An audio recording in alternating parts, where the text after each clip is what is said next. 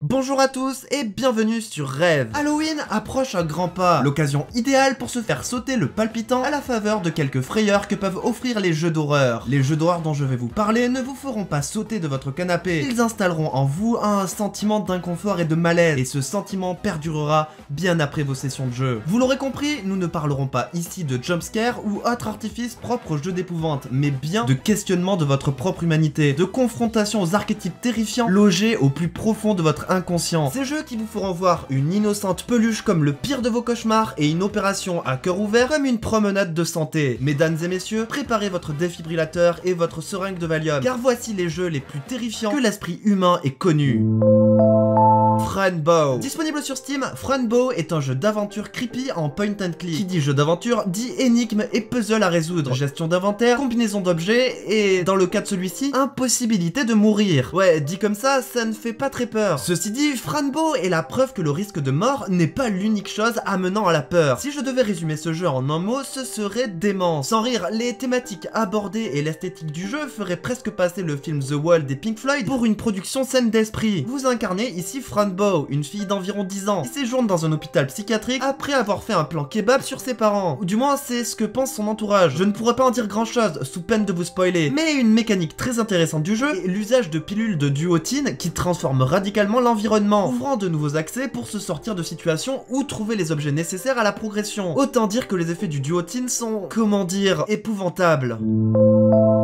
Amnesia The Dark Descent. Il faut vraiment le présenter? Disponible sur Steam, Amnesia The Dark Descent est un survival horror à la première personne dans lequel vous vous réveillez dans un château sans aucune idée de qui vous êtes ni de comment vous êtes arrivé là. Votre quête est donc tout indiquée. Partir à la recherche de votre identité et de votre passé. Cependant, vous allez rapidement constater un objectif bien plus urgent et difficile à atteindre. Survivre. Des créatures difformes et hostiles peuplent le château et vous feront un sort si vous n'êtes pas suffisamment prudent. Vous ne disposez d'aucune arme, les seules options sont donc la fuite ou se cacher. Et comme s'il n'était pas déjà suffisamment inquiétant d'avoir une jauge de santé physique aussi fragile que du verre, il faudra également composer avec la jauge de santé mentale, qui se détériore lorsque vous êtes témoin de manifestations paranormales, rencontrer une créature ou encore passer trop de temps dans le noir. Avec Amnesia, vous comprendrez ce que cela signifie de devoir résoudre des énigmes avec la pression constante de risquer votre vie.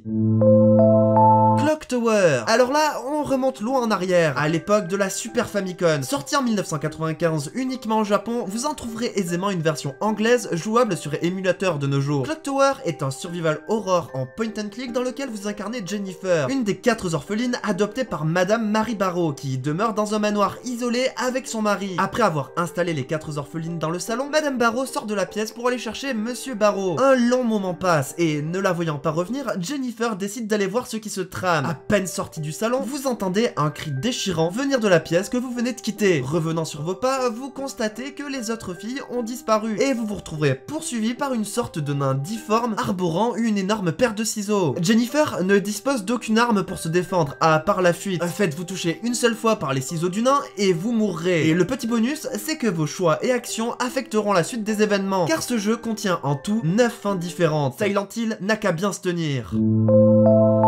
Silent Hill. Ouais bon ça va, je sais, mais comment pouvais-je faire une liste de jeux d'horreur malsains qui violent votre âme sans parler de Silent Hill? Sorti en 1999 sur PlayStation, Silent Hill est un pilier du survival horror. On y incarne Harry, un homme à la recherche de sa fille Cheryl qui a disparu alors qu'il était inconscient suite à un accident de voiture. Et vous allez devoir explorer Silent Hill, une ville enveloppée d'un brouillard éternel et dont tous les sorties sont bloquées, les routes brisées donnant sur des ravins abyssaux. Très vite, vous vous rendez compte que quelque chose ne va pas. La ville est peuplée de créatures indéfinissables, et c'est justement là la force du jeu. Il joue sur notre peur de l'inconnu. Le brouillard vous empêche d'y voir à plus de 2 mètres, et les bruits que vous entendez ne font rien pour vous rassurer, d'autant plus que votre personnage est fragile. Peu de dégâts suffiront à le tuer. Les objets de soins sont rares, et les munitions pour les armes à feu encore plus. Ajoutez à cela un jeu de caméra qui provoque un sentiment de claustrophobie, et vous aurez le cocktail parfait pour vous sentir mal à l'aise. Autre aspect particulièrement appréciable du jeu, les énigmes. Ce jeu saura vous mettre face à des problèmes qui demandent recherche et réflexion. Pour vous dire, même même l'un des boss est une énigme à résoudre. En fait, c'est un peu comme Resident Evil en pire. À l'heure où les jeux d'horreur se résument souvent à gros monstres, énigmes à peine dignes de figurer au dos d'un paquet de céréales, je tenais à vous montrer que certains jeux peuvent installer un sentiment de peur par le biais du malaise et de la rupture de ton. Comme par exemple FNAF qui transforme ses animatroniques normalement kawaii en ton pire cauchemar. C'est pour moi l'une des sources d'horreur les plus intéressantes. Pervertir des objets apparemment inoffensifs pour créer une rupture de ton qui induit une angoisse et un malaise inexplicable et donc d'autant plus inquiétant. Et sinon ce petit classement est à présent terminé. Surtout si cette vidéo vous a plu, pensez à mettre un pouce bleu et n'hésitez pas à vous abonner si vous souhaitez suivre les actualités de la chaîne. D'autant plus si ce n'est pas la première vidéo de la chaîne que vous appréciez. Et sinon